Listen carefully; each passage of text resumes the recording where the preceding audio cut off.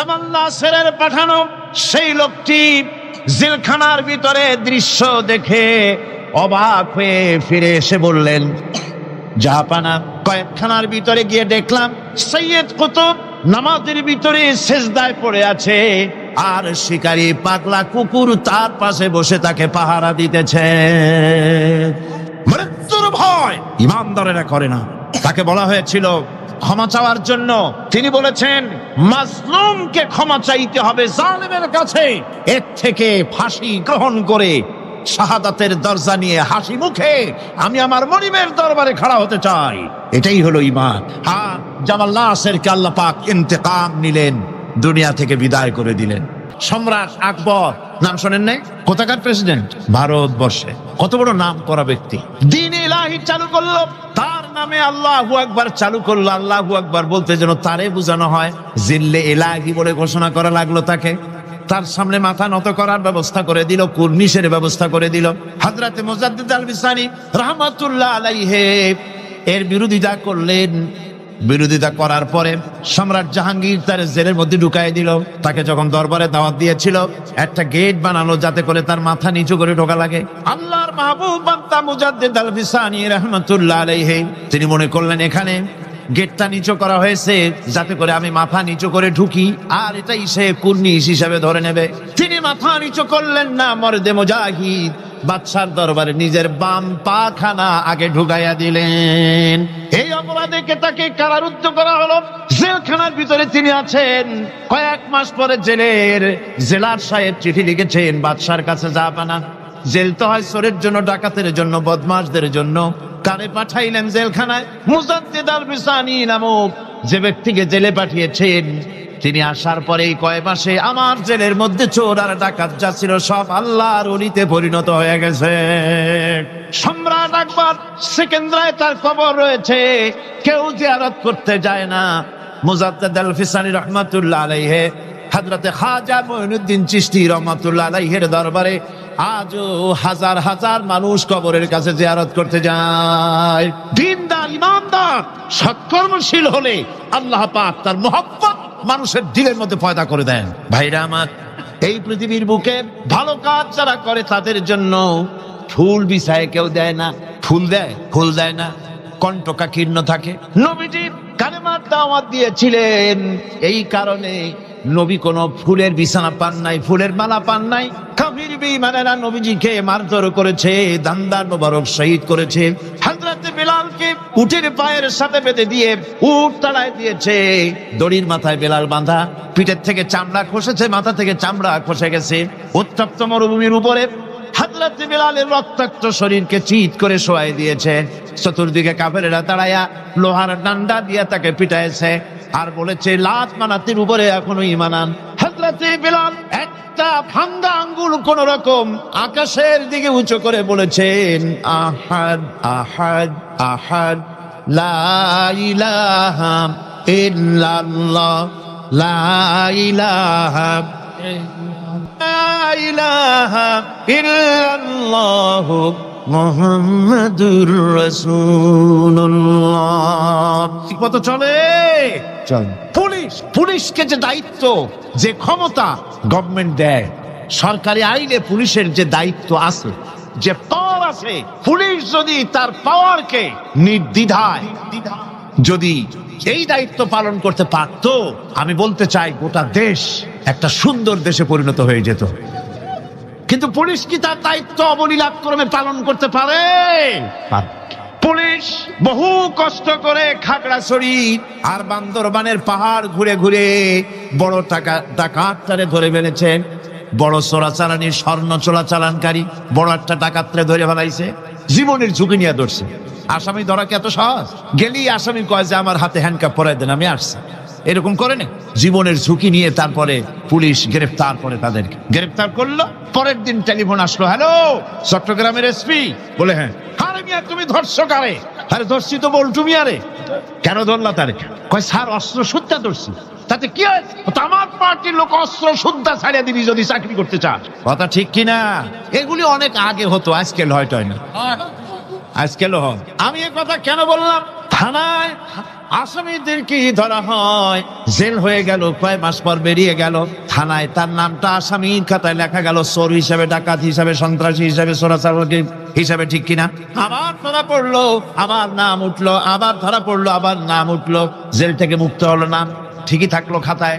কিন্তু কোন বান্দা যদি গুনাহ করে, আল্লাহর বান্দার জন্য যে খাতা আছে, ফেরেশতারা যেটা লেখে, ওইখানে গুনার খাতায় তার নাম উঠে গেল। রব্বুল আলামিন বলেন, আমার বান্দা যদি গুনাহ করার পর বুঝতে পেরে যখন তওবা করে, তখন শুধু গুনাহ মাফ করি না, গুনার খাতা থেকে নামটাও আমি মুছে ফেলে দেই। আমার বান্দা যখন শয়তানের ওয়াসওয়াসায় পড়ে একটা নেকের একটা গুনাহ নিয়ত করবে, গুনাহ করার নিয়ত করবে, গুনাহটা করে নাই, পাপ লিখবা না। গুনাহ করা হয়ে যাওয়ার পর একটা গুনার জন্য একটা গুনাই লিখবা।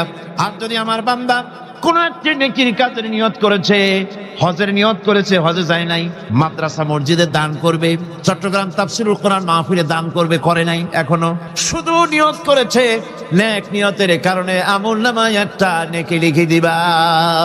আর যখন নেকির কামটা করা হয়ে যাবে, আল্লাহ পাক বলেন, মান জাআ বিল হাসানাতি ফালাহু আশরু আমসালিহা। নেকির কাজটা যখন করা হয়ে যাবে, আমার বান্দার আমলনামায় একটা নেকের পরিবর্তে 10টা গ্রেস মার্ক লাগাইয়া 10 গুণ বাড়াইয়া দিবা। আমি বান্দা, আল্লাহ পাক বলেন, বান্দার কোন আমলের উপরে আমি জুলম করি না। বান্দা যদি যে সব কাজ করবে, সমস্ত নেক কাজের জন্য আমি তাকে সওয়াব দান করব। শুধু তাই না, সৎকর্মশীল ব্যক্তিদের রুজিতে আমি বরকত দিয়ে দিব। সুবহানাল্লাহ কোন। ভালো কাজ যারা করবে তাদের রুজিতে আল্লাহ পাক কি করবেন? ফাল্লাযীনা আমানু ওয়া আমিলুস সালিহাতি লাহুম মাগফিরাতুন ওয়া রিজকুন কারীম। যারা ঈমান আনবে এবং ভালো কাজ করবে, আমি তাদেরকে উত্তম রিজক দান করব। শুধু তাই নয়, আমলে সালিহ যারা করবে, সৎকর্মশীল লোকদের, তাদের জন্য রয়েছে আমার কাছে ক্ষমা, মাগফিরাত। ওয়া ইন্নী লাগাফফারুন লিমান তাবা ওয়া আমানা ওয়া আমিলা সালিহান সুম্মা ইহতাদা। নিঃসন্দেহে আমি ক্ষমাশীল ওই সব বান্দাদের জন্য যারা সৎ কাজ করে, আমলে সালেহ করে, নেক কাজ করে, আর গুনাহ থেকে তওবা করে, আর এই তওবার উপরে, হেদায়েতের উপরে টিকে থাকে, আমি তাদের গুনাহকাশী আমি রব্বুল আলামিন মাফ করে দেই। আল্লাহ পাক ওয়াদা করেছেন, নেককার যদি হও, সৎকর্মশীল যদি তোমরা হও, তাহলে নেক কাজের বিনিময় আমি রব্বুল আলামিন তোমাদেরকে রাষ্ট্র ক্ষমতা দান করব, যেমন করে তোমাদের পূর্বপুরুষদেরকেও রাষ্ট্র ক্ষমতা দিয়েছিলাম। রাষ্ট্র ক্ষমতা হচ্ছে সুলতানে নাসির, যাকে বলা হয়েছে সাহায্যকারী শক্তি। রাসূল করিম সাল্লাল্লাহু আলাইহি সাল্লাম আল্লাহর কাছে সেখানে দোয়া করেছিলেন, রব্বি আদখিলনি মুদখালা সিদকিন ওয়া আখরিজনি মুখরাজা সিদকিন ওয়াজআলনি মিন লাদুনকা সুলতানান নাসিরা। আয় আল্লাহ, আমাকে সাহায্যকারী শক্তি আমাকে তুমি দান করো। এই সাহায্যকারী শক্তি হচ্ছে রাষ্ট্র ক্ষমতা। কি ক্ষমতা? রাষ্ট্র ক্ষমতা। এখন রাষ্ট্র ক্ষমতা কি জন্যে? রাষ্ট্র ক্ষমতা এই জন্যে যে রাষ্ট্রীয় পাওয়ার যদি আপনার হাতে না থাকে, তাহলে ইসলামের সকল আইন পালন করা সম্ভব নয়। ঠিক কিনা? ঠিক কিনা? আজ সমাজে সুদ চালু আছে নাকি নাই? জেনা চালু আছে নাকি নাই? জুয়া চালু আছে নাকি নাই? আমার ভাইরা, আমার এই দেশে, এই উপমহাদেশে, পাকিস্তান, ইন্ডিয়া, বাংলাদেশ, এই দেশগুলির মতো এত মাহফিল কোথাও হয় না, পৃথিবীর কোথাও এত মাহফিল হয় না। এই মাহফিলের কারণেই এই দেশের মানুষগুলি আল্লাহর মেহেরবানি, মাথায় টুপি আছে, মুখে দাঁড়িয়ে আছে, অসংখ্য মসজিদ মাদ্রাসা হয়েছে। আল্লাহর ওলিরা, বড় বড় আলেম এবং পীর বুজুর্গরা এই দেশে দ্বীনের দাওয়াত দিয়েছেন, সুদের বিরুদ্ধে কথা বলেছেন, ঘুষের বিরুদ্ধে কথা বলেছেন। কিন্তু আপনারা বলেন, এই শত শত বছর পর্যন্ত ওয়াজ নসিহত করে, পীর মুরিদি করে, আর তাফসীর করে, সুদ বন্ধ হয়েছে নাকি? বোঝেন না কথা? সুদ বন্ধ হয়েছে, ঘুষ বন্ধ হয়েছে, জেনা বন্ধ হয়েছে, বেশ্যালয় বন্ধ হয়েছে। কিয়ামত পর্যন্ত এই পদ্ধতিতে হবে না। কথা বুঝে আসছে? ওয়াজ করে, তাফসীর করে যদি সুদ আর ঘুষ বন্ধ হয়ে যেত, তাহলে রাসূলুল্লাহর চাইতে বড় ওয়াজ আল্লাহর দুনিয়ায় আর নাই। তিনি ওয়াজ করে বন্ধ করে দিতেন, কিন্তু তা হয় নাই। আল্লাহর ঘরের ভিতরে 360টা মূর্তি ছিল। 13টি বছর ধরে নবুয়াতের মক্কি জিন্দেগিতে আল্লাহর নবী একটা মূর্তিকেও আল্লাহর ঘর থেকে সরাই দিতে পারেন নাই, কথা ঠিক কিনা?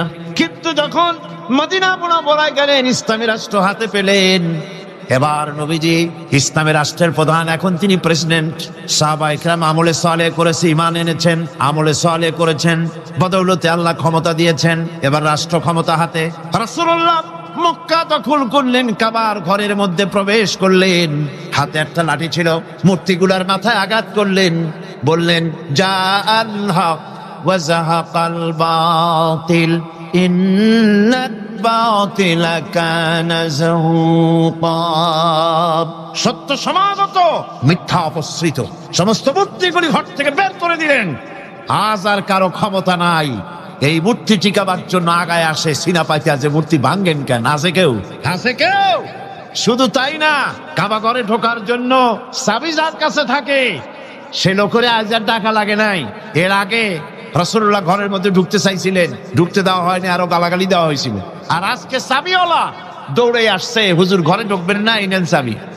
আল্লাহ রসুল চাবি নিলেন, ঘরের মধ্যে ঢুকলেন, মূর্তিগুলো ফালাই দিয়া আল্লাহর ঘরের বাইরে এসে চাবির রক্ষককে ডেকে বললেন, এই চাবি তোমার কাছে থাকবে, কোন জালেম ছাড়া তোমার কাছ থেকে এই চাবি কেউ নেবে না।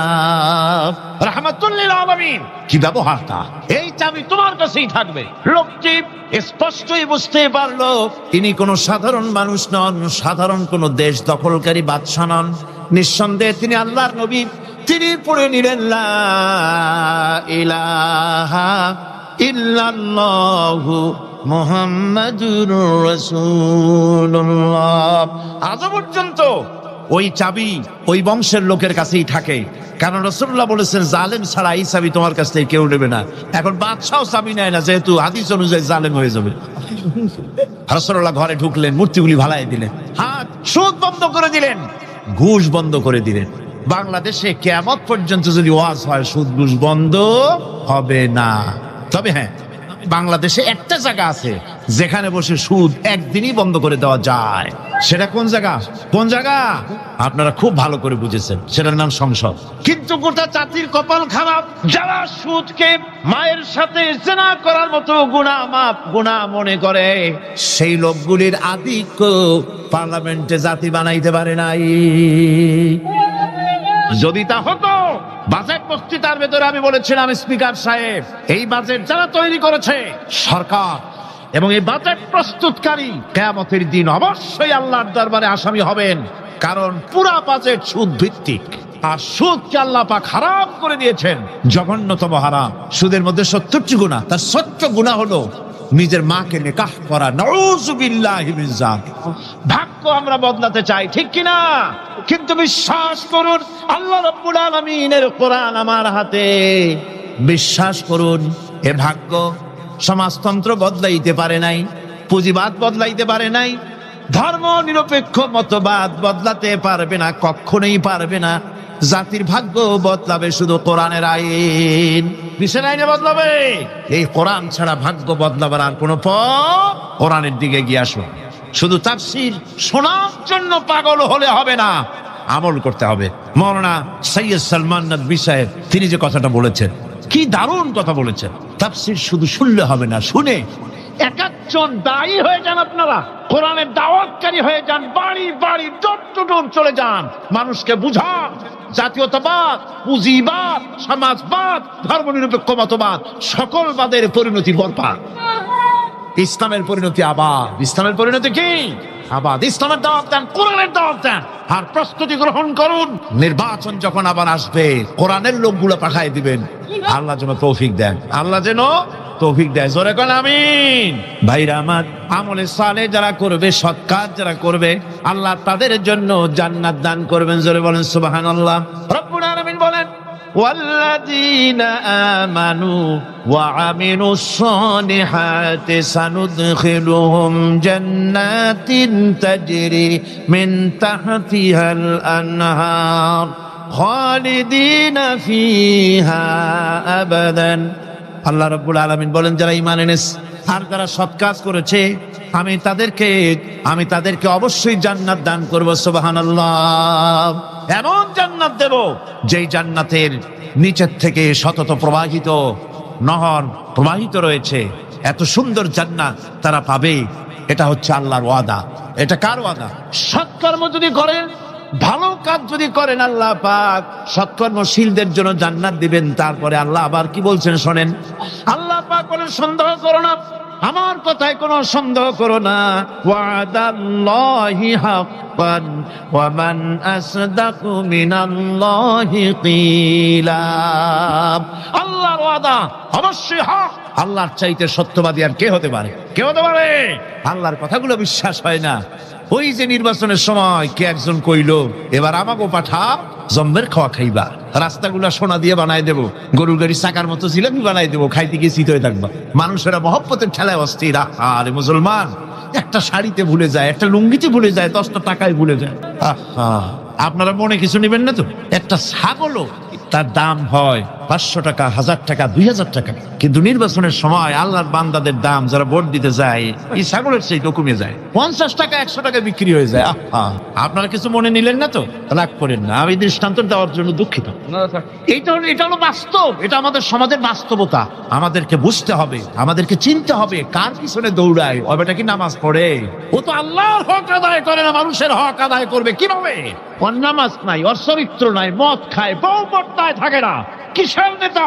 নেতৃত্ব তো সেই দিতে পারে যার দিন আছে, ঈমান আছে, চরিত্র আছে, আল্লাহরে ভয় করে। ইউসুফ আলাইহিস সালাম, জুলাইখা তাকে আটকায় ফেলেছে ঘরের মধ্যে, তালা দেওয়া, খিল দেওয়া, সিটকানি মারা, পালাবার পথ নাই, চতুর্দিকে উলঙ্গ নগ্ন চিত্র। আর এই সুন্দরী যুবতী নারী জুলাইখা তার প্রেম নিবেদন করেছে হযরত ইউসুফের কাছে। যৌবনে ভরা টকবগে যৌবনের যুবক হযরত ইউসুফ আলাইহিস সালাম, সৌন্দর্যের পিরামিড, বাঁচার কোনো পথ নাই জুলাইখার কুপ্রবৃত্তি চরিতার্থ করে দেওয়া ছাড়া। কিন্তু হযরতে ইউসুফ আলাইহিস সালাম আল্লাহ রাব্বুল আলামিনকে ডাকলেন, হতাশায় ভেঙে পড়লেন না, আল্লাহকে ভয় করলেন, আল্লাহকে ডাকলেন। আল্লাহকে ডেকে, আল্লাহকে ভয় করে তালাবদ্ধ দরজার দিকে যখন দৌড় মারলেন, রব্বুল আলামিন আপন কুদরতে দরজার তালাগুলি খুলে দিলেন। ভাইরা আমার, এভাবে করে মুমিনেরা কখনো হতাশ হয় না। ফাইন্না মাআল উসরি ইউসরা, ইন্না মাআল উসরি ইউসরা। মনে রাখতে হবে, দুঃখ কষ্টের সাথে থাকে সুযোগ সুবিধা, আর প্রত্যেক অসচ্ছলতার সাথে থাকে উদার সচ্ছলতা।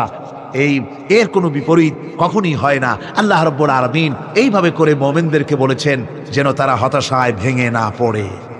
আমার বন্ধুগণ, হযরতে হুদ আলাইহিস সালামকে যখন সমাজের লোকেরা, রাষ্ট্রের লোকেরা ঘিরে ফেলে দিল, সমাজ শক্তি, রাষ্ট্র শক্তি যখন তাকে ঘিরে ফেলে দিল, ষড়যন্ত্রের পাহাড় তুলে দিল, তারে মেরে ফেলে দিবে, হযরত হুদ দেশ থেকে তার পালায় গেলেন না, ভয় পেলেন না।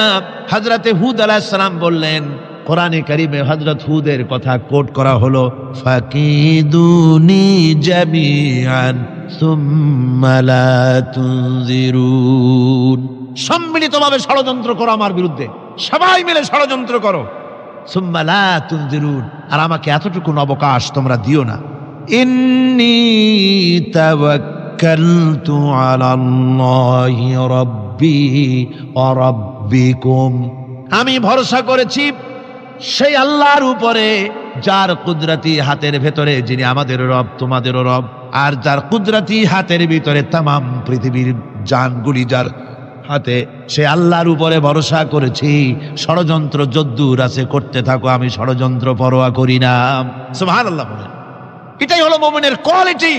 শুধু ঈমান, লা ইলাহা ইল্লাল্লাহ মুহাম্মাদুর রাসূলুল্লাহ, গরুর গোশত খাই, আর রবিউল মাস আসলে পরে ইয়া নবী সালাম আলাইকা, ইয়া রাসূল সালাম আলাইকা, তারপরে গরম গরম জিলাপি আর রসগোল্লা খাইলাম খুব বেশি করিয়া, এর নাম মুমিন নয়। মুমিন হচ্ছে তার চলায় ফেরায়, ওঠায় বসায় সাহসিকতার এক আন্দাজ তৈরি হবে সে। আমার ভাইয়েরা, বিপদে অবিচলতা আমাদেরকে পয়গম্বরেরা শিক্ষা দান করেছেন। হযরত ইউনূস আলাইহিস সালাম মাছে তারে গিলে ফেলে দিল, হতাশায় তিনি হার্ট ফেল করেন নাই। মাছের পেটের মধ্যে যদি কেউ চলে যায়, বেরিয়ে যাওয়ার জন্য কোনো ব্যাকডোর আছে নাকি? কোন পালাবার কোন রাস্তা আছে? মাছের পেটের জানালা দরজা আছে? কিছুই না। তিনি হতাশ হলেন না, মাছের পেটের ভেতরে বসে হযরত ইউনূস আলাইহিস সালাম বুক ভরা আশা নিয়ে আল্লাহর দরবারে তিনি ঘোষণা করলেন, লা ইলাহা ইল্লা আনতা সুবহানাকা ইন্নী কুনতু মিনাজ জালিমিন। পড়েন না সবাই, লা ইলাহা ইল্লা আনতা সুবহানাকা ইন্নী কুনতু মিনাজ জালিমিন। হযরত ইউনূস আলাইহিস সালাম বললেন, আল্লাহ তুমি ছাড়া কোনো ইলাহ নাই, তোমার পবিত্রতা ঘোষণা করছি, আমি জালিমদের অন্তর্ভুক্ত হয়ে গেছি। তিনি যখন চিল্লাচ্ছিলেন, মাছির পেটের ভিতরে বসে যখন কাতরুক্তি করতেছিলেন, আল্লাহ বুঝি তখন শোনেন নাই সে কথা? কি বলেন? আল্লাহ বুঝি তখন তন্দ্রায় বা নিদ্রায় ছিলেন? না, আল্লাহ পাক কি ঘুমান? তন্দ্রায় যান? লা তাখুযুহু সিনাতুন ওয়ালা নাওম। আল্লাহ রাব্বুল আলামিন বলেন, কোন তন্দ্রা বা নিদ্রা আল্লাহ রাব্বুল আলামিনকে স্পর্শ করে না।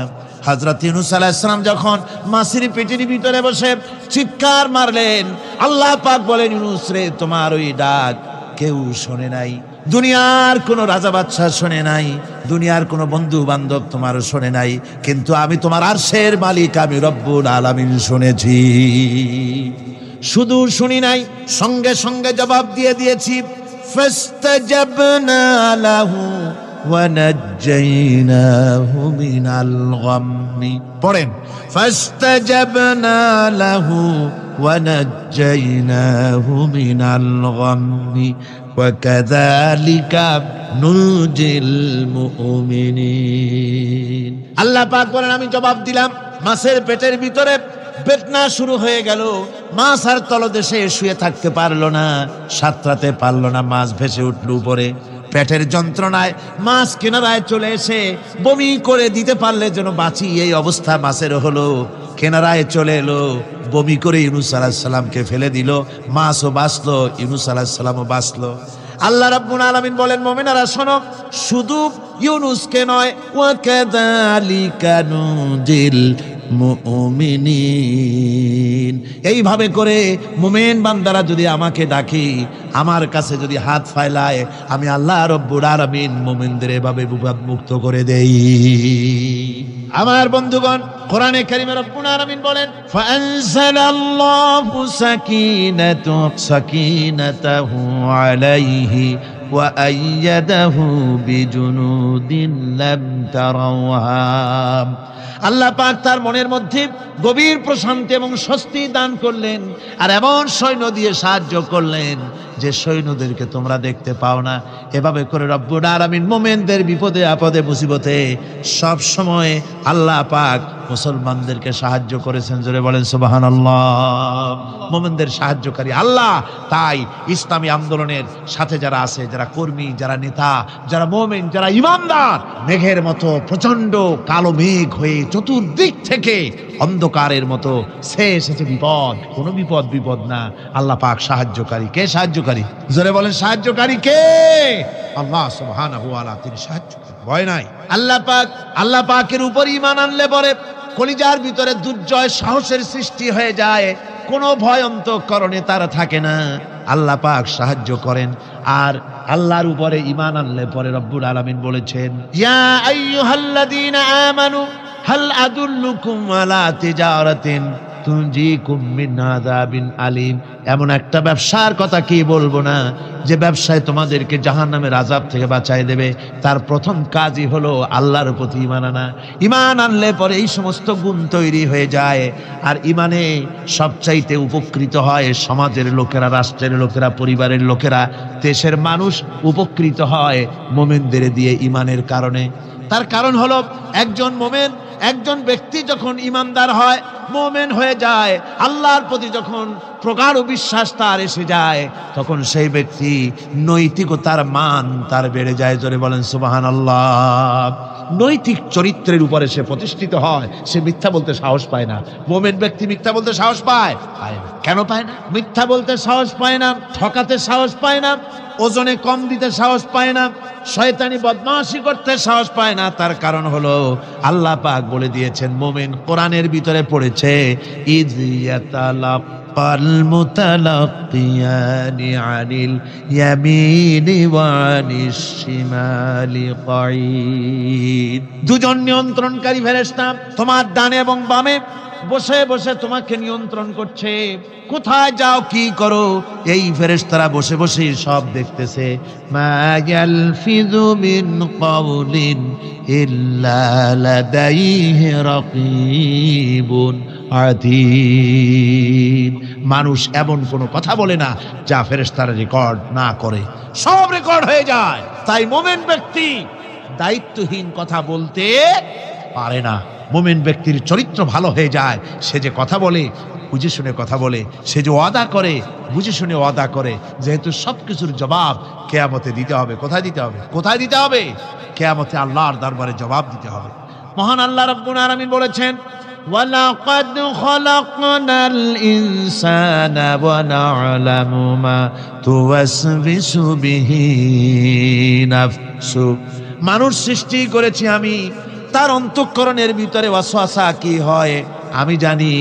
এই জন্য মুমিনেরা মনের ভিতরে কোনো খারাপ কল্পনাও করতে পারে না। খারাপ কল্পনা করলেও তার হিসাব দেওয়া লাগবে আল্লাহর কাছে। কার কাছে? ওয়াইন তুবদু মিন আনফুসিকুম আও তুখফুহু ইউহাসিবুকুম বিহিল্লাহ। আল্লাহ বলেন, মনের মধ্যে যে সব কল্পনা করো তা প্রকাশ করো আর গোপন রাখো, ওইটার হিসাব নেব আমি আল্লাহ পাক। কিয়ামতের দিন আমার কাছে হিসাব দিতে হবে। বন্ধুগণ, এই জন্য মুমিন যারা, মুমিনদের চরিত্র প্রতিষ্ঠিত হয়, মুমিনদের ধারণা থাকে যেখানেই যাই না কেন, যেখানেই বসি না কেন, সেখানেই আল্লাহ, আল্লাহ ছাড়া কোনো জায়গা নাই। আছে নাকি? আছে। আল্লাহ পাক বলেন, মা ইয়াকুনু মিন নাজওয়া সালাসাতিন ইল্লা হুয়া রাবিউহুম। তোমরা যেখানে তিনজন মিলে পরামর্শ করো, মনে রেখো তিনজন নও, ওখানে চতুর্থ সত্তা আমি রব্বুল আলামিন তোমাদের কাছে আছি। সব শুনি আর দেখি। পাঁচজন যেখানে হও সেখানে আমি ষষ্ঠ। এর থেকে যদি কম হও, এর থেকে যদি বেশি হও, বান্দারে তুমি আছো যেখানে আমি আল্লাহ আছি সেখানে। উপায় নাই, সব জায়গায় আমি দেখতে পাচ্ছি। শুধু তাই নয়, রাত্রিবেলায় মানুষেরা গোপনে পরামর্শ করে, করে না? করে কিনা? রাতে রাতে পরামর্শ করে, এক জায়গায় বসে হলের মধ্যে, পাহাড়ের মধ্যে কোনো জায়গায় বসে পরামর্শ করে। কি পরামর্শ? ইসলামী আন্দোলনের লোকদের মারবে, কোথায় তাদের ধরবে, কোথায় তাদের অত্যাচার করবে, এই সমস্ত পরামর্শ করে। আল্লাহ পাক বলছেন, শুনুন, আল্লাহ রাব্বুল আলামিন বলেন, ওয়া হুয়া মাআহুম ইয ইউবাইয়িতুনা মা লা ইয়ারদা মিনাল কাউল ওয়া কানা আল্লাহু বিমা ইয়ামালুনা মুহীতা। আল্লাহ পাক বলেন, তিনি তো ঠিক সেই সময়ও তোমাদের কাছে থাকেন যখন তোমরা নিজেদের ঘরের মধ্যে বসে কোনো এক জায়গায় বসে আল্লাহর মর্জির খেলাফ পরামর্শ করো। আল্লাহ তখনও তোমাদের কাছে থাকেন। আল্লাহর ইহাতা থেকে, আল্লাহর কর্তৃত্ব থেকে বেরিয়ে যাওয়ার কোনো উপায় নাই। সুতরাং গোপনে বলেন, প্রকাশ্যে বলেন, যেভাবেই যা কিছু করা হোক না কেন, আল্লাহর কাছে আমাদের সমস্ত অপরাধগুলি ধরা হয়ে যায়। আর এটাই হচ্ছে ইমানের সীমা পরিসীমা। তিলকা হুদুদাল্লাহ। وَإِذَا سَأَلَكَ عِبَادِي عَنِّي فَإِنِّي قَرِيبٌ। আল্লাহ পাক বলে, বান্দা যখন আমাকে ডাকে আমি বান্দার একদম নিকটে, তার ঘাড়ের চাইতেও নিকটে। ওয়া নাহানু আকরাবু ইলাইহি মিন হাবলিল ওয়ারিদ। আমি আমার বান্দার সারা যে রগের উপরে তার মাথা, এর থেকেও আমি আমার বান্দার বেশি নিকটে। সুবহানাল্লাহ পড়ে। আমি তোমার কাছে, আমার কাছে মাপ চাও, যত বড় গুনাহ হোক। ওয়াকালা রাব্বুকুম উদউনি আস্তাজিব লাকুম। তোমার প্রভু তোমাকে ডেকে বলেছে, আমাকে ডাকো, আমি মাফ করে দেব। সুবহানাল্লাহি ওয়া বিহামদিহি। কত বড় কথা! আমাকে ডাকো, নিরাশ হয়েও না, হতাশ হয়েও না। আল্লাহর গজব বেশি না রহমত বেশি? আল্লাহর রহমত বেশি। হাদিসে কুদসির ভিতরে এসেছে, আল্লাহ পাক বলেছেন, কোন বান্দা যদি আমার দিকে এক বিগত অগ্রসর হয়, আমার রহমত তার দিকে এক হাত এগিয়ে যায়। কোন বান্দা যদি আমার দিকে হেঁটে আসে, আমার রহমত তার দিকে দৌড়ে যায়। বান্দা যখন আল্লাহর দরবারে দুহাত উঁচু করে চোখের পানি ফেলে দেয়, মুসলিম শরীফের হাদিসের ভিতরে এসেছে, গভীর রাত্রে, রাতের তৃতীয় অংশে আল্লাহ রাব্বুল আলামিন প্রথম আকাশে আসেন আর ডেকে বলেন, পৃথিবীতে আছো নাকি কেউ গুনাহ করে জীবন বরবাদ করে দিয়েছো, আমার কাছে মাপ চাও। ঋণগ্রস্ত আছো, অসুস্থ আছো, অপমানিত আছো, কে আছো মাজলুম, আমাকে ডাকো, আমার কাছে বলো, আমি ডাকের সাড়া দেব, জীবনের আশা পূরণ করে দেব। ওই সময় যেই সমস্ত লোকেরা কান্দে তাহাজ্জুদের নামাজ পড়ে, আল্লাহ জিজ্ঞেস করেন ফেরেশতারা, অমুক অমুক দেশে অমুক অমুক বান্দারা কান্দে কেন? ফেরেশতারা বলে, রব্বুল আলামিন তুমি তো ভালো করে জানো।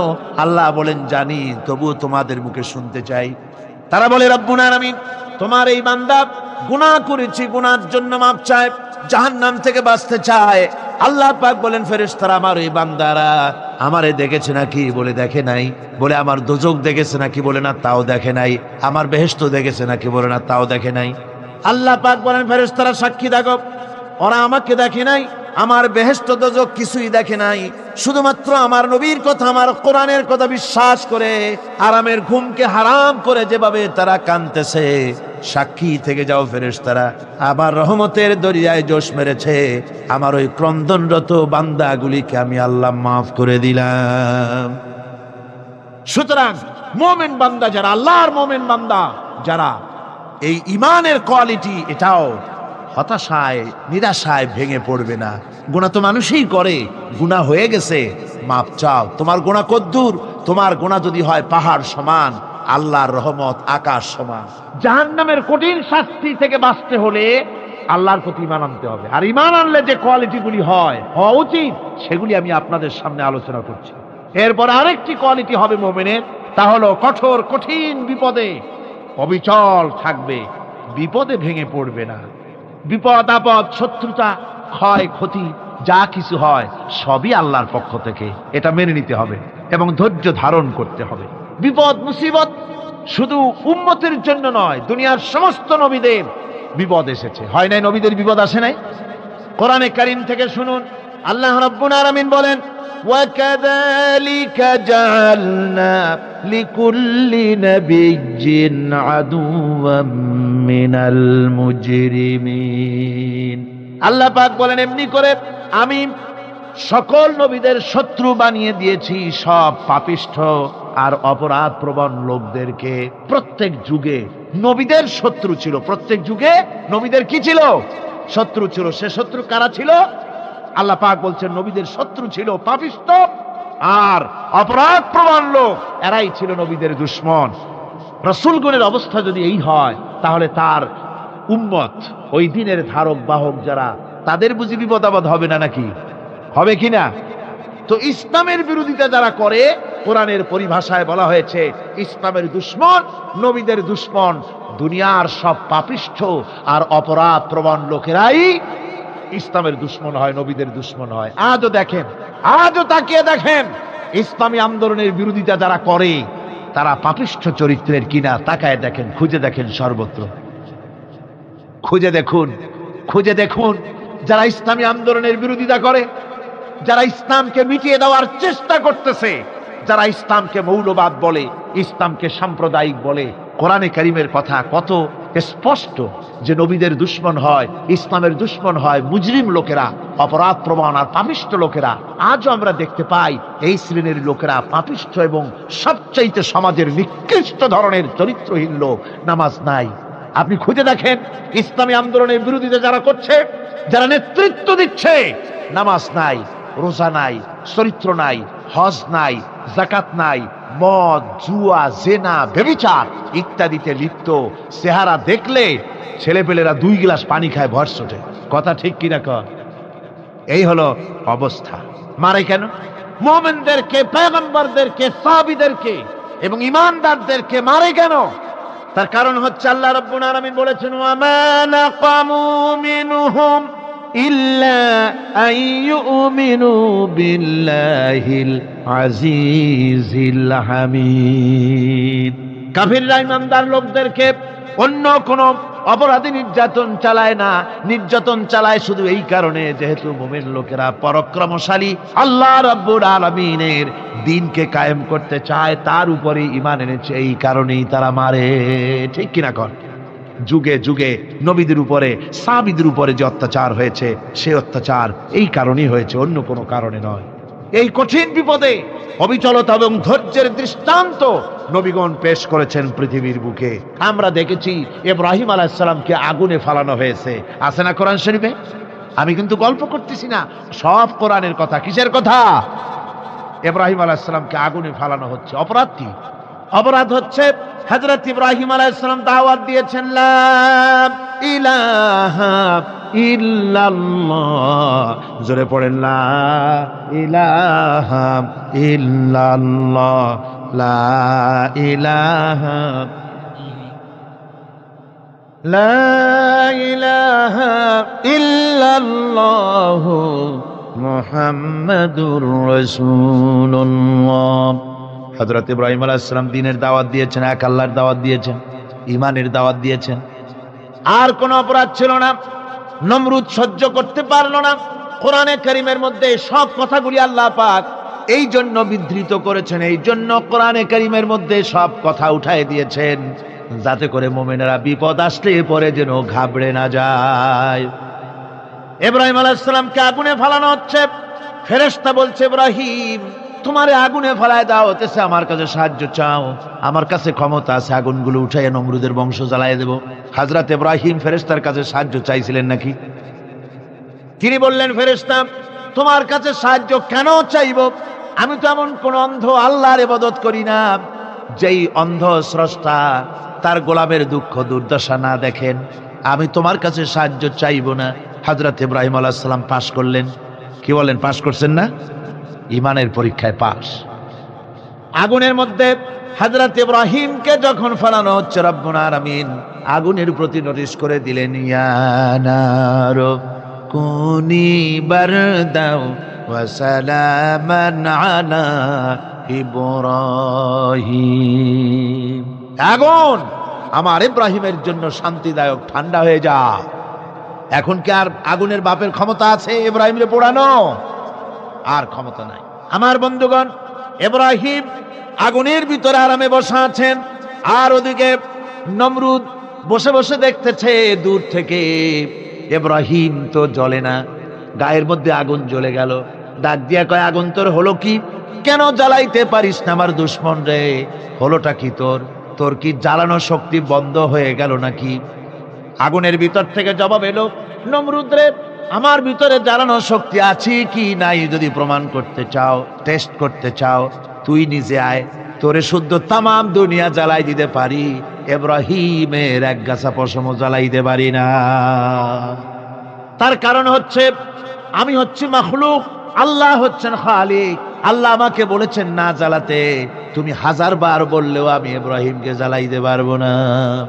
কোরআনে কারিমে ঘটনা বলে মোমেনদেরকে সাহস দেওয়া হচ্ছে, মোমেনেরা দ্বীনের কাজ করতে গিয়ে বিপদ আবাজ আসবে, ইমানের দাবি হলো বিপদ আসবে, আর বিপদ আসলে ঘাবড়ায় যেও না, মুসিবতে পড়ে চিন্তায় পেরেশানে হয়রান হয়ে যেও না। বিশ্বকবি আল্লামা ইকবাল কি সুন্দর করে বলেছেন, আজ ভি হোক জু ইব্রাহিম কা হিমা পয়দা आग कर सकती है एक अंदाज गुलिस्तां पैदा। ইব্রাহিমের ঈমান যদি আজিও কোথাও হয় বিদ্যমান, করতে পারেন অগ্নিকুণ্ডে খুবসুরত এক গুলিস্তান। আজও যদি আগুনের ভিতরে কোন নমরুদ কোন ইব্রাহিমকে যদি ফেলে দেয়, আল্লাহ রাব্বুল আলামিন আজও আগুনকে ফুলের বাগান বানায়া দিবেন। সুবহানাল্লাহ। সামান্য স্যান্ডেলের ফিতা গাছা যদি ছেড়ে যায়, মানুষের কাছে চাইও না, আল্লাহ রাব্বুল আলামিনের দরবারে হাত পাতো, রব্বুল আলামিন তোমার স্যান্ডেল কেনার পয়সা জুগিয়ে দেবেন। জোরে বলেন সুবহানাল্লাহ। যা দরকার তার কাছেই চাও, হাত তার কাছেই পাতো। ওই যে সম্রাট শাহজাহানের কথা আমি আপনাদেরকে শুনাই, ফকির একটা ঘুরতেছে সারাদিন। এক লোক বলছে যে আপনি এত, হে ফকির তুমি এরকম করে ঘুরছো সারা জীবন, বুড়া হয়ে গেছো খয়রাত করতে করতে, ছোটবেলা থেকে তোমার ভিক্ষা করতে দেখি, আর কতকাল ভিক্ষা করবে? ভাই করবোটা কি? যে বাচ্চার কাছে যাইতে পারবে, বাচ্চার কাছে গেলে এমন ভাবে দিবে, অনেক দিবে, নিয়ে কুড়াইতে পারবা, তোমার আর জীবনে ভিক্ষা করা লাগবে। ফকির চলে গিয়েছে, কোথায় পাবো বাচ্চারে?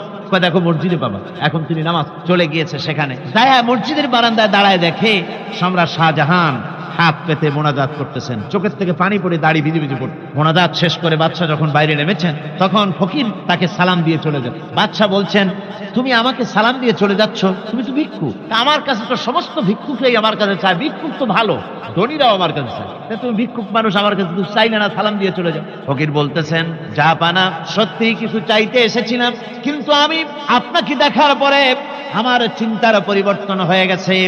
আমি তাকিয়ে তাকিয়ে দেখলাম মসজিদের ভেতরে আমি চাইতে এসেছি দিল্লির সম্রাট শাহজাহানের কাছে। যেই সম্রাট, দিল্লির সম্রাট যার কাছে আমি চাইতে এসেছি, আমি তো দাঁড়ায় আছি, কান্দি না, কিন্তু আমি দেখতেছি যার কাছে আমি চাইতে এসেছি তিনি যেন আবার কোন সম্রাটের কাছে আমার চাইতেও দারুণ ভিক্ষুকের মতো হয়ে চোখের পানি ফেলে ভিক্ষা চাইতেছে। মনে মনে ভাবলাম, মানুষের কাছে ভিক্ষা চাইবো না কোনদিন আর। বাদশা কান্দে, যেই বাদশার কাছে, ওই সম্রাটের সম্রাট রাজা ধীরাজ আল্লাহর কাছে ছাড়া কারো কাছে জীবনে আর হাত পাতবো না। হযরত আবু হুরায়রা রাদিয়াল্লাহু তাআলা আনহু একবার রাসূল করিম সাল্লাল্লাহু আলাইহি ওয়াসাল্লামের দরবারে কাঁদতেছিলেন। হুজুর জিজ্ঞেস করলেন, আবু হুরায়রা তুমি কাঁদো কেন? হযরত আবু হুরায়রা বলেন, হুজুর আমার মা আমাকে মেরেছে, আমি সেই জন্য কাঁদতেছি। হুজুর বলেন, মা তোমাকে মারলো কেন? কোনো বেয়াদবি করেছো নাকি? তিনি বললেন, না কোনো বেয়াদবি করি নাই, তবে মারলো কেন? হযরত আবু হুরায়রা বলেন, হুজুর আমার মা হচ্ছেন মুশরিকা, আমার মা কাফের। আমি অনেক রাত হয়েছিল বাড়ি ফিরতে, আমার মা জিজ্ঞেস করলো এত রাত কোথায় ছিলি? আমি বললাম, মা তাম পৃথিবী যে কদম মোবারক চুমতে পারলে নিজেকে ধন্য মনে করে, আমি সেই রাসূলের দরবারে ছিলাম, আসতে দেরি হয়ে গেছে। ইয়া রাসূলুল্লাহ, আপনার নাম শোনা মাত্র আমার মায়ের গায়ে আগুন জ্বলে গেল। সহ্য করতে না পেরে আমাকে মায়ের আরম্ভ করে দিল। বলল, আবু হুরায়রা হয় আমার বাড়ি ছাড়বি, না হয় মুহাম্মদ সাল্লাল্লাহু আলাইহি ওয়াসাল্লামের ঘর ছাড়বি, কোনটা করবি কর। আমি বললাম, মা তোমার গায়ে যত শক্তি আছে সমস্ত শক্তি দিয়ে তুমি আমাকে প্রহার করো, আমি তামাম তোমার বাড়িটা শুদ্ধা তামাম দুনিয়া ছেড়ে দিতে পারি, কিন্তু রাসূল পাক সাল্লাল্লাহু আলাইহি ওয়াসাল্লামের কদম মোবারক ছাড়তে পারি না। ভাইরা আমার, হযরতে আবু হুরায়রা কাঁদতেছেন। আল্লাহর নবী বলেন, তুমি কাঁদো কেন? তোমার মা তোমাকে মেরেছেন, আমি এখানে কি করব? এখানে তো আমি কোনো দখল আন্দাজ করতে পারি না, আমি কি করতে পারি? এখানে ইন্টারফেয়ার তো আমি করতে পারি না, মা তোমারে মেরেছে। হযরত আবু হুরায়রা বলেন, ইয়া রাসূলুল্লাহ, মায়ের বিরুদ্ধে কোনো নালিশ করার জন্য আপনার কাছে আমি আসি নাই। বলে, কেন এসেছো? হযরত আবু হুরায়রা বলেন, হুজুর এসেছি এই জন্যে, আমি জানি আপনি যদি আল্লাহর দরবারে কোনো ব্যাপারে দোয়া করেন, আল্লাহ রাব্বুল আলামিন তা মঞ্জুর করে নেন। আপনি মেহেরবানি করে আমার মায়ের হেদায়েতের জন্য আল্লাহর কাছে দোয়া করুন। হুজুর সাল্লাল্লাহু আলাইহি ওয়াসাল্লাম দুহাত উঁচু করলেন, বললেন, আল্লাহুম্মা ইহদি উম্মা আবি হুরায়রা, আয় আল্লাহ আবু হুরায়রার মাকে তুমি হেদায়েত নসিব করে দাও। এই দোয়া রাসূল করতেছেন। হুজুরকে দোয়ার মধ্যে ফেলে রেখে আবু হুরায়রা দৌড় আরম্ভ করেছে বাড়ির দিকে। পেছন থেকে কয়েকজন সাহাবী তারা দৌড়ে গেল। আবু হুরায়রা দৌড়ায় কেন? এত ভদ্র মানুষ, কোনো সময় কারোর সাথে রাগারাগি করে না, দৌড়ায় কেন? নিশ্চয়ই কোনো বিপদ বুঝি হয়ে গিয়েছে, পিছন থেকে জামা টেনে ধরেছে, কি হয়েছে, দৌড়াও কেন? হযরত আবু হুরায়রা বলেন, আমার জামা ছেড়ে দাও, আমাকে দৌড়াতে দাও, আমি দৌড়াইয়া বাড়ি পৌঁছে গিয়ে দেখতে চাই আমি আগে দৌড়ে বাড়িতে গেলাম না নবীজির দোয়া আমার আগে আমার বাড়ি পৌঁছে গেল, কোনটা হলো আমি সেটা দেখতে চাই। হযরত আবু হুরায়রা দৌড়াতে দৌড়াতে ঘরের কাছে গিয়ে নক করেছে। ভিতর থেকে আওয়াজ এলো, কে? কিছুক্ষণ পর মা আমার বেরোলেন, মাথার চুল দিয়ে পানি পড়তেছে, বুড়া মানুষ। মা আমার কাছে এসে বলল, বাবা তোমাকে মারার পর আমি বড় অনুতপ্ত হয়েছি, মনে মনে অনুশোচনা করেছি, আরে আমার ছেলে তো কোনো খারাপ জায়গায় যায় নাই, কোনো খারাপ মানুষের কাছে যায় নাই, মারলাম কেন? বড় অনুতপ্ত হয়ে গেছি আমি, এই অনুশোচনা করে আমি এইমাত্র গোসল করেছি, আমাকে নিয়ে চলো তুমি বিশ্ব নবী রাসূলুল্লাহর দরবারে। আমার ভাইরা, রাসূল পাক সাল্লাল্লাহু আলাইহি ওয়াসাল্লাম আল্লাহর নবী এমন এক মহান সত্তা ছিলেন যে তিনি দোয়া আল্লাহর দরবারে হাত উঁচু করতে দেরি আছে, কিন্তু দোয়া কবুল হতে দেরি নাই। কুতুবে সুবহানী শেখ মুহিউদ্দিন আব্দুল কাদের জিলানী রাহমাতুল্লাহ আলাইহি তিনি বলেছেন, মুনাজাত করতে গিয়ে আবেগে বলেছেন, রব্বুল আলামিন আমি যদি তুমি যদি দয়া করে আমাকে জান্নাত দাও, আর তোমাকে যদি আমি না পাই, তুমি যদি আমার সঙ্গে দেখা না করো, আমারে যদি কথা না বলো, তাহলে এই জান্নাত আমার কোনো লাভ নাই। আর আমাকে যদি জাহান্নাম দিয়া দাও, আর মাঝে মধ্যে তুমি যদি জিজ্ঞাসা করো মহিউদ্দিন কেমন আছো, তাহলে এই জাহান্নাম আমার জন্য বেহেশত হয়ে যাবে। আয় আল্লাহ, আমি শুধু তোমারই চাই। আল্লাহর নবী বললেন, মহিলা তুমি অপরাধ করেছো, কিন্তু তোমার গর্ভস্থিত সন্তান তো কোনো অপরাধ করে নাই, সুতরাং তোমার উপরে শরীয়তের হদ জারি করা যাবে না, ডেলিভারি হোক, তারপরে বিচার হলো। মহিলা চলে গেল আফসোস করতে করতে যে আমার বিচার হলো না, যদি এর মধ্যে আমি মরে যাই তাহলে জেনা করেছি, দুনিয়ার শাস্তি তো সহজ, পাথর মেরে উড়িয়ে দেবে, সঙ্গে সার করবে, এটা তো সহজ, কিন্তু কিয়ামতের ওই কঠিন জাহান্নামের আগুনে জ্বলতে পারবো না।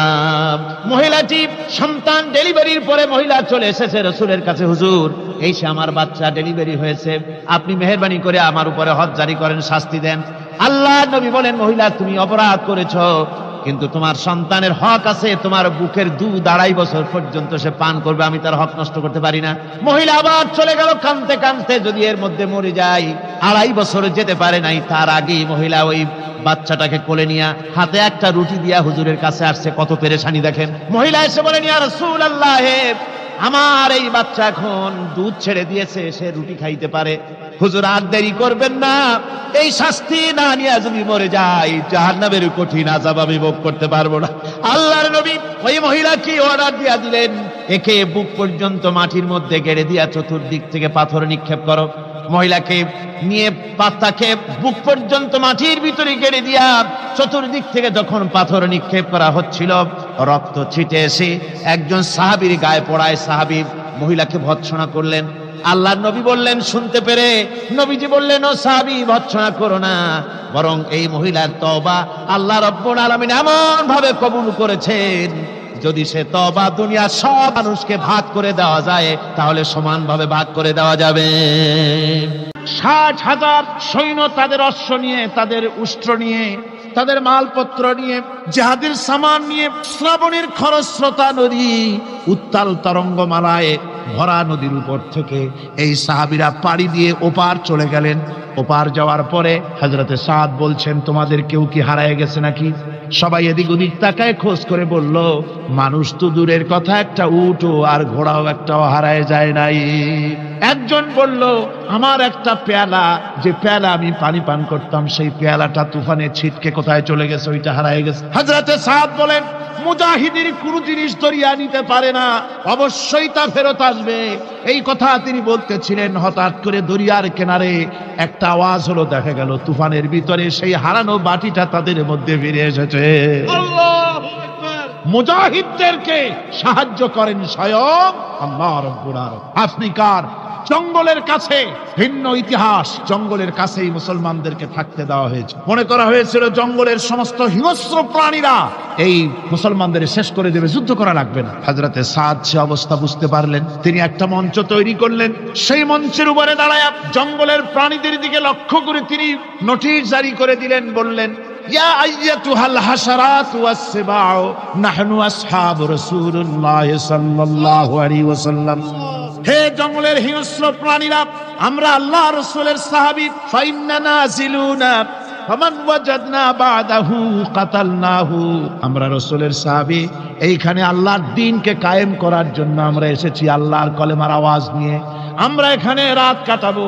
সুতরাং এই জঙ্গলের ভিতরে হিংস্র প্রাণী যত আছো, সব আমাদের এই জায়গা ছেড়ে অন্যত্র চলে যাও। আফ্রিকার জঙ্গলি মানুষেরা চিন্তা করলো, মানুষের কথা কি জঙ্গলি প্রাণীতে শোনে নাকি, পাগলে কয় কি? তারা তাকায় তাকায় দেখলো, হযরতে সাদের এই ঘোষণার পরে বাঘের কাতারে বাঘ, সিংহের কাতারে সিংহ, সাপের কাতারে সাপ, যার যার ডিম আর বাচ্চাগুলি মুখে কামড়ায়া সাহাবীদের এলাকা ছেড়ে দিয়ে তারা অন্যত্র চলে গেল। আমার মুসলমান ভাইরা, এই ছিল মুসলমানদের ইতিহাস। দ্বীন প্রতিষ্ঠা করার কাজে মুসলমান এগোলে আল্লাহই মদত করেন। কে মদত করেন? একবার একজন দরবেশ সাহেব রাস্তা দিয়ে যাচ্ছেন, প্রতিমধ্যে তিনি দেখতে পেলেন নদী থেকে এক কলসি পানি নিয়ে এক যুবতী সুন্দরী মেয়ে রাস্তা বেয়ে যেতেছে। দরবেশ সাহেব দাঁড়ায় গেলেন আর ওই যুবতীর দিকে এক নজরে তাকায় আছেন, চোখে পলক দেয় না। এরপরে যুবতী থমকে দাঁড়ায় গেল। আধা বুড়া মানুষ, দাড়ি অর্ধেক পাইকে গেছে, দেখতে তো দেখায় খুব বুজুর্গ মানুষ, কিন্তু রাস্তায় আমার একা পাইয়া এমনি করে তাকিয়ে আছে, আর চোখ দিয়েও তো পানি পড়ে। ব্যাপারটা কি? দরবেশ কান্দে কেন? প্রতিমধ্যে আমাকে একা পেয়ে দরবেশ কাঁদে কেন, তাকিয়ে আছে কেন? মহিলার চিন্তা জাগলো। শেখ সাদি রহমতুল্লাহ আলাইহি ঘটনা লিখেছেন, বাংলা এক কবিতার অনুবাদ করেছেন। একদা সুখদায়ক প্রমোদা বদন, দর্শন করি মম ঝরিল নয়ন। হেসে কহে সে রূপসী সবিস্ময় মন, কহ দেখি মহাশয় কহ কি কারণ। বিষয়ে বিরাগী তুমি ভুবনে প্রচার, কি হেতু জন্মিল তব মানস বিকার। যুবতী মেয়েটি বলছে, ওগো দরবেশ সাহেব, হুজুর সাহেব, আমি একটা যুবতী মেয়ে লোক, রাস্তায় আমাকে একা পেয়ে আপনি আমার দিকে তাকায় আছেন আর কাঁদতেছেন। এই বৃদ্ধ বয়সে ভীমরতি হলে কেন? আমাকে দেখে কাঁদেন কেন? আর এক নজরে কেন তাকায়াছেন? কারণটা কি? কি কুমতলব আছে? দরবেশ সাহেব বলছেন, হেসে কহিলাম বালে করহ শ্রবণ, নেত্র ঝরে তবু হেতু ভেব না এমন। হে রূপসী মেয়ে, তোমার জন্য আমি কান্দি, একথা একবারও চিন্তা করো না। যে শিল্পী রচিল ওই সুধাংশু বদন, তাহার তরে ঝরে নেত্র নয়নে জীবন। তোমার প্রেম পাওয়ার জন্য তোমাকে দেখে লোবাতুর এবং কামুক হয়ে তোমার দিকে তাকায় কান্দি, একবারও ভেব না। আল্লাহর কসম, আমি কাঁদতেছি তোমার এত সুন্দর স্বাস্থ্য আর চেহারা যে আল্লাহ রাব্বুল আলামিন বানায় দিলেন, না জানি সেই আল্লাহ কত সুন্দর। হযরতে নূহ আলাইহিস সালামের জামানায় 40 দিনের বন্যা। এই বন্যার পরে জাহাজ যখন নেমে গেল, তখন তিনি মনে মনে ভাবলেন, আমি তো জোড়ায় জোড়ায় করে সমস্ত প্রাণীগুলি আর মানুষগুলি, কিছু কিছু মানুষ যারা ঈমান এনেছিল তাদের জাহাজে উঠাইছে, কিন্তু একটি বুড়ি আমার উপর ঈমান এনেছিল আর আমি তার ওয়াদা করেছিলাম সাথে করে নিয়ে যাব, আমি তো তার কথা ভুলে গিয়েছি। অনুশোচনা এলো। জাহাজ থেকে নেমে চতুর্দিকে লক্ষ্য করলেন, মানুষ নাই, জনপদ নাই, সব শেষ হয়ে গেছে। পাহাড় পর্বত কাঠ হয়ে পড়েছে, বিল্ডিং গুলি শেষ হয়ে গিয়েছে, কোন জনপদে কোনো প্রাণী নাই, প্রাণী বলতে কিছুই নাই। হঠাৎ দূরে দেখতেন একটা কুড়ে ঘরের মতো দেখা যায়। ভাবলেন, এত বড় বন্যার ভিতরে কুড়ে ঘর কেমনে থাকলো? আস্তে করে হেঁটে গেলেন কুড়ে ঘরের কাছে। ভেতরে মানুষ আছে বলে মনে হলো। বাইরের থেকে প্রশ্ন করলেন, ভিতরে কে? জবাব এলো, আমি এই ঘরের মালিক, আমি এক বুড়ি বিধবা এক মহিলা। আপনি কে? তিনি বললেন, আমি হচ্ছি এই জামানার পয়গম্বর হযরত নূহ আলাইহিস সালাম। বুড়ি বলছেন, আমারও ধারণা তাই। আপনি আমাকে ওয়াদা করেছিলেন বন্যা হলে পরে, বন্যার আভার যখন আপনি পাবেন, আমাকে আপনি সাথে করে জাহাজে উঠায় নিয়ে দিবেন। আমার মনে হয় বন্যা কবে হবে সেই খবর দেওয়ার জন্য আপনি এসেছেন। হযরত নূহ আলাইহিস সালাম সিজদায় পড়ে কাঁদতে লাগলেন, বললেন, রব্বুল আলামিন, তোমার কুদরত বোঝার ক্ষমতা আমার নাই। 40 দিন পর্যন্ত পানির ভিতরে মানুষ কেমনে জীবিত রইল? আল্লাহ পাক শোনালেন, রোরে বিপদ যখন এলো, তুমি তোমার উম্মতকে ভুলে যেতে পেরেছো, ভুলে গিয়েছো, কিন্তু আমি রব্বুল আলামিন রহমানুর রহিম, আমি আমার বান্দিরে ভুলি নাই। পানির স্রষ্টা আল্লাহ, পানির ভিতরে তিনি বাঁচাতে পারেন, আবার তিনি আগুনের ভিতরে বাঁচাতে পারেন, সব কিছু করতে পারেন, সমস্ত ক্ষমতা আল্লাহ পাকের। মুনাফিক, তুমি কাকে ভয় দেখাতেছ? তোমার তরবারি এই সমাজের কিছু কাফেরেরা ভয় করতে পারে। তুমি কি আমারে চেনো নাকি? তুমি কারে ভয় দেখাও? তাম পৃথিবীর সমস্ত কাফেরদের উপরে আল্লাহ রাব্বুল আলামিন আমাকে বাগ বানায় পাঠিয়েছেন। তরবারি দিয়ে প্রমাণ হবে। মুনাফিক বলে, তুমি আঘাত করো, কয় না, আক্রান্ত হলে পরে তারপরই জবাব দেব। এরপরে মুনাফিক আঘাত হানতে লাগলো। হযরতে আলী সমস্ত রণকৌশল দিয়ে আঘাতগুলি তিনি ফিরিয়ে দিতে লাগলেন। এরপরে হযরতে আলী বলছেন, মুনাফিক এবার তৈরি হও আমার আঘাত সহ্য করার জন্য। হযরতে আলী জুলফিকার তুলে আঘাত করলেন। এক আঘাতেই দেখা গেল মুনাফিকের মাথা থেকে শুরু করে শরীর টুকরা হয়ে গিয়া হযরত আলীর তরবারির মুঠা পর্যন্ত মাটির ভিতরে গেড়ে গিয়েছে। দুর্গ দখল হয়ে গেল। পরের দিন আল্লাহর নবী বলেন, আলী শুনতে পেলাম তোমার ঢাল ভেঙে গিয়েছিল, তারপরে তুমি যুদ্ধ করলে কি দিয়ে? হযরত আলী বলেন, হুজুর কামুজ দুর্গের ওই কবাটটা, লোহার কবাটটা বাম হাতে নিয়া আর ডান হাতে তরবারি নিয়ে লড়াই করেছি। হুজুর বলেন, কি করে মানুষ কেমনে এত বড় দুর্গের লোহার কবাট হাতে নিয়ে যুদ্ধ করে? একটু দেখাও তো দেখি। হযরত আলী গতকালকের মতো বাম হাত দিয়া ধরেছেন, নাড়াতে পারেন না। এবার ডান হাত দিয়া ধরেছেন, নাড়াতে পারেন না।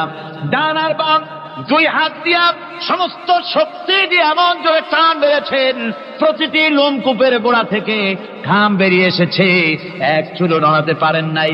হযরত আলীর মুখখানা মলিন হয়ে গেছে লজ্জায়। হযরত আলী রাদিয়াল্লাহু তাআলা আনহু লজ্জা পেয়ে গেছেন। রাসূল পাক সাল্লাল্লাহু আলাইহি ওয়াসাল্লাম বলেন, আলী লজ্জা পাওয়ার কোনো কারণ নাই, চিন্তা করার কোনো কারণ নাই।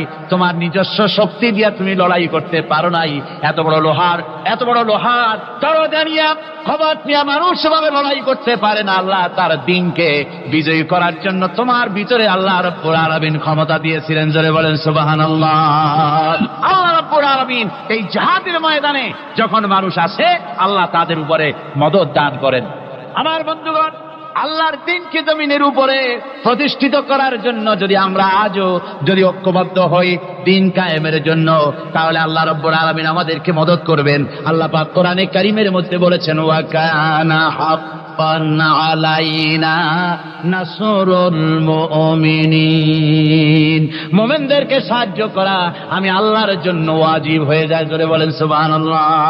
মুমিনদের জন্য সাহায্য করা আল্লাহর জন্য কি হয়ে যায়? ওয়াজিব হয়ে যায়। ভাইরা একটু বৃষ্টি সহ্য করেন না, খুব বেশি বৃষ্টি।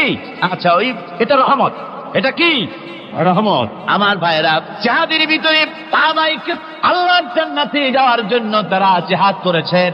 তারা দেশ দখলের জন্য জিহাদ করেন নাই, দিন প্রতিষ্ঠার জন্য লড়াই করা ফরজ। দিন প্রতিষ্ঠার জন্য লড়াই করা কি? জনগণ কি? আর এই ফরজ দায়িত্ব পালন করতে গিয়ে যদি কেউ মারা যায়, তাহলে কোথায় যাবে? কোথায় যাবে? ওই শাহাদাতের মত হচ্ছে একটা সেতু বা একটা ব্রিজ, একটা সাঁকো। এপারে দুনিয়া, ওপারে আল্লাহর জান্নাতুল ফেরদাউস। জোরে বলেন সুবহানাল্লাহ। এই জন্য হযরত ওমর ফারুক রাদিয়াল্লাহু তাআলা আনহু সব সময় দোয়া করতেন, আল্লাহুম্মা রযুকনি শাহাদাতান ফি সাবিলিক ওয়াজআল মাউতি ফি বালাদি রাসূলিক। আল্লাহ রাব্বুল আলামিন, আমাকে রাসূলের শহরে পৌঁছাও আর আমাকে তোমার দ্বীনের রাস্তায় শাহাদাত মঞ্জুর করো। জোরে বলেন আমিন। এটা আমাদের দোয়া, আমারও দোয়া, আমার সারা জীবনের স্বপ্ন, সারা জীবনের স্বাদ, আল্লাহ যেন শাহাদাতের মওত নসিব করে দেন। জোরে বলেন আমিন। এর থেকে উন্নত মানের মওত আর নাই। ওই প্যারালাইসিস হয়ে বিছানায় পড়ে তড়পায় মরার কোনো দাম নাই। দুনিয়ার বুকে বিড়ালের জিন্দিগি বছর করার 500 বছর বেঁচে থাকার দাম নাই। সিংহের মতো 1 সেকেন্ড বেঁচে থাকার দাম আছে, ঠিক কিনা? আর মওত, প্লীহা, যকৃত, typhoid, paralysis, diabetes, heart attack, kidney পচে যাওয়া, হাবিজাবি মওতের চাইতে আল্লাহর রাস্তায় জিহাদ করে শাহাদাতের মওত সর্বশ্রেষ্ঠ মওত। জোরে বলেন সুবহানাল্লাহ। আমার ভাইরা, রাসূল পাক সাল্লাল্লাহু আলাইহি ওয়াসাল্লাম তিনি মদিনা মুনাওয়ারায় এসে প্রথম যে জিহাদের সম্মুখীন হলেন, ওইটার নাম কি? কোন জিহাদ? বদর। কোন জিহাদ? বদরের জিহাদ। সেই বদরের মাঠে জিহাদের জন্য রাসূল সাহাবীদেরকে তৈরি করতেছেন। তো আপনারা চিন্তা করেন বিষয়টা, জিহাদ করতে হবে। এই বদরে সাহাবীরা জিহাদ করবে কাদের বিরুদ্ধে? নিজের বাপের বিরুদ্ধে। রাসূল পাক খুব চিন্তিত হলেন যে সাহাবীদেরকে কিভাবে উদ্বুদ্ধ করা যায়। হুজুর জিহাদের কথাই বলতেছেন যে এখন বদরে আমাদের টিকে থাকার প্রশ্ন, এইটা মুসলমানদের টিকে থাকার প্রশ্ন, বদরের যুদ্ধ, বদরের এই জিহাদটা। হুজুর যখন এগুলি বলতেছেন, হযরত মিকদাদ রাদিয়াল্লাহু তাআলা আনহু, রাসূলের একজন জলিলুল কদর সাহাবী, তিনি দাঁড়িয়ে বলছেন, হে আল্লাহর রাসূল, কেন আপনি চিন্তা করছেন? ইমজি বিনা ইয়া রাসূলুল্লাহ হাইসু মা তাশা। হে আল্লাহর রাসূল, আপনি আমাদেরকে নিয়ে চলুন যেদিকে আপনার খুশি। হাইসুমা আমারাকাল্লাহ, যেদিকে আল্লাহ আপনাকে নির্দেশ করেন সেদিকে আমাদের নিয়ে আপনি সেদিকেই চলুন। ইন্না লা নাকুলু লাকা কামা ক্বালা বনু ইসরাঈল লিমূসা আলাইহিস সালাম ইযহাব আনতা ওয়া রাব্বুকা ফাকাতিলা ইন্না হাহুনা কায়িদুন। বুখারী শরীফের হাদিস। হযরত মিকদাদ রাদিয়াল্লাহু তাআলা আনহু বলছেন, হে আল্লাহর রাসূল, আপনি আমাদের নিয়ে চলুন। আল্লাহ যেদিকে আপনাকে আমাদের নিয়ে যেতে বলেন সেই দিকে নিয়ে যান। আমরা মুসা আলাইহিস সালামের উম্মতের মতো বলবো না যে হে মুসা, আপনি আর আপনার আল্লাহ দুজন গিয়া যুদ্ধ করেন, আমরা এখানে বসে থাকি, এমন কথা আমরা বলবো না। বাল ইযহাব আনতা ওয়া রাব্বুকা ফাকাতিলা ইন্না মাআকুমা মুকাতিলুন। ও নবী, বরং আমরা বলবো আপনি চলুন আমাদের নিয়ে, আপনি এবং আপনার আল্লাহ চলুন জিহাদের ময়দানে, আমরা আপনার সঙ্গে জিহাদ করব, লড়াই করব সেই পর্যন্ত। মা দামাত মিন্না মা দামাত আইনুম মিন্না তাতাররাফ, যতক্ষণ পর্যন্ত আমাদের একটা চক্ষুর পলক পড়ে, যতক্ষণ পর্যন্ত একটা চোখের পাতা নড়ে, ততক্ষণ পর্যন্ত আমরা কাফেরদের বিরুদ্ধে লড়ব। সুবহানাল্লাহ ওয়া বিহামদিহি, যতক্ষণ চোখের পাতা নড়ে ততক্ষণ পর্যন্ত লড়ব, নিয়ে চলুন আমাদেরকে। হুজুর খুব খুশি হলেন। আহারে, রাসূল পাক সাল্লাল্লাহু আলাইহি ওয়াসাল্লাম দারুণ ভাবে খুশি হয়ে গেলেন। হুজুর বললেন, ও সাহাবীরা, তোমাদের মানসিক অবস্থা যখন এই, কুমু বিনা ইলা জান্নাতিন, চলো আমার সাথে বেহেশতের দিকে। সুবহানাল্লাহ, সবাই বলেন সুবহানাল্লাহ। কুমু বিনা ইলা জান্নাতিন আরদুহা কাআরদিস সামাওয়াতি ওয়াল আরদ, সেই বেহেশতের দিকে চলো যে বেহেশতের বিশালতা প্রশস্ততা এই পৃথিবী এবং আকাশের চাইতে অনেক বড়, সেই বেহেশতের দিকে চলো।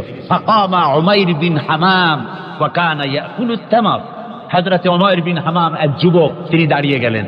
আমার মুসলমান ভাইরা, যুবকদের অবদান কিন্তু ইসলামে সব চাইতে বেশি। জোরে বলেন সুবহানাল্লাহ। কাদের অবদান বেশি? সর্বপ্রথম ইসলাম কবুল করেছে কারা? যুবকরা। হযরত আবু বকর, হযরত ওমর রাদিয়াল্লাহু তাআলা আনহু, তাদের বয়স যুবক বয়স, যুবক বয়সে তারা ইসলাম কবুল করেছেন। হযরত আলী যুবক ছিলেন, এই জন্য যুবকদের ইবাদতের সব বেশি। রাসূল পাক বলেছেন, কিয়ামতের ময়দানে যেদিন কোন ছায়া থাকবে না, আরশে আজিমের নিচে 7 শ্রেণীর লোকেরা ছায়া পাবে, তার মধ্যে এক শ্রেণী হচ্ছে ওয়াশাবুন নাশাত ইবাদাতিল্লাহ, ওই যুবকেরা যারা নাকি রাত গুজরান করে, রাত কাটায় আল্লাহর ইবাদতে, রাত জাগে আল্লাহর ইবাদত করে। জোরে বলেন সুবহানাল্লাহ। বুড়োদের একবার আল্লাহ বলা আর এক যুবকের একবার আল্লাহ বলা, বৃদ্ধের সারা সপ্তাহ তাহাজ্জুদ পড়া আর যুবকের এক রাতের তাহাজ্জুদ পড়া মনে হয় তার থেকেও বেশি। সুবহানাল্লাহ। তাই বলে বৃদ্ধ যারা, তারা কিন্তু হতাশ হবেন না, ওই যৌবনকাল আপনিও পেরিয়ে এসছেন, ঠিক না? সুতরাং যুবকদের অবদান বেশি। হযরত উমাইর বিন হামাম রাদিয়াল্লাহু তাআলা আনহু, তিনি দাঁড়িয়ে গেলেন, তার হাতে ছিল ওয়া কানা ইয়াকুলুত তামার, তিনি খরমা খাচ্ছিলেন, হাতে ছিল কয়েকটা খরমা, তিনি খরমাগুলি হাতে নিয়ে দাঁড়িয়ে বলছেন ওয়াকালা বাখবাখ, তিনি বলছেন, বাখবাখ শব্দ এটা হচ্ছে লুগাল মুহাল্লিয়া, অর্থাৎ আঞ্চলিক শব্দ। এর অর্থ হচ্ছে মা আযমাহু ওয়া মা আহসানাহু। কি আশ্চর্য, কি সুন্দর, কি বিরাট, কি সুন্দর কথা আপনি বললেন হে রাসূল। জান্নাতুন আরদুহা কাআরদিস সামাওয়াতি ওয়াল আরদ, এমন দেশ তো পাওয়া যাবে জিহাদ করলে যে বেহেশতের বিশালতা প্রশস্ততা এই বিশাল আকাশের চাইতে, জমিনের চাইতে বেশি।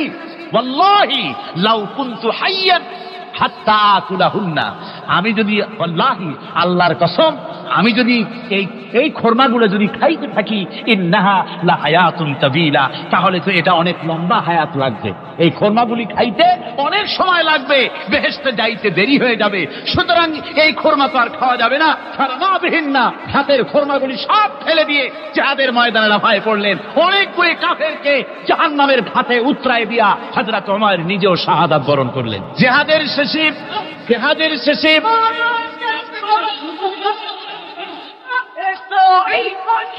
শেষে শহাদায়ে বদরের সমস্ত শহীদদের লাশ এক জায়গায় এনে সাহাবীরা বললেন, হে আল্লাহর রাসূল, আপনি যখন জান্নাতের বর্ণনা দিতেছিলেন তখন যে যুবকটা খরমা খেতেছিল আর জান্নাতের আশায় হাতের খরমা ফেলে দিয়েছিল, যে খরমাগুলি খাইতে গেলে তো সময় লাগবে অনেক, বেহেশতে যেতে দেরি হয়ে যাবে, এই কথা মনে করে হাতের খরমা ফিকে ফেলে জিহাদের ময়দানে এসে শাহাদাত বরণ, যে যুবকটি জিহাদ করেছিল তার লাশে সেও শাহাদাত বরণ করেছে।